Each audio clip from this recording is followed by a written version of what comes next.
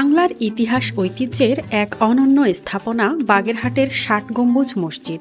শতাব্দীর পর শতাব্দী ধরে এটি বহন করছে মুসলিম স্থাপত্যশৈলীর গৌরবময় ইতিহাস। পঞ্চদশ শতকে খান জাহান আলীর প্রতিষ্ঠিত এই মসজিদটি নির্মিত হয় প্রায় ১৪৫৯ খ্রিস্টাব্দে।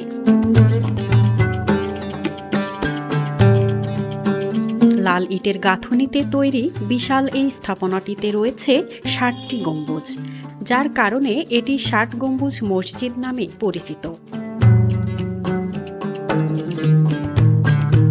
মসজিদটির দেয়াল অত্যন্ত পুরু এবং ভিতরে রয়েছে অসংখ্য স্তম্ভ, যা পুরো ছাদকে সমর্থন করে রেখেছে। এর নকশা ও নির্মাণশৈলী সে সময়কার প্রকৌশল দক্ষতার উজ্জ্বল দৃষ্টান্ত।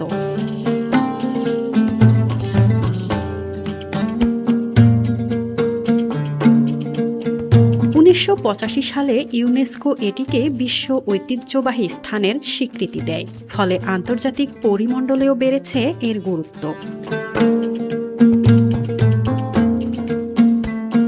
প্রতিদিন দেশ বিদেশের অসংখ্য দর্শনার্থী ছুটে আসেন এই ঐতিহাসিক স্থাপনাটি দেখতে।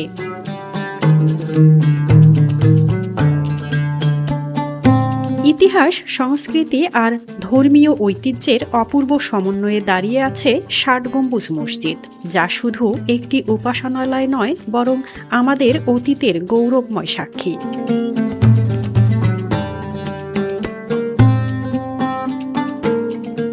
মাজহাবিন মৌ, ডেস্ক রিপোর্ট, RNB নিউজ।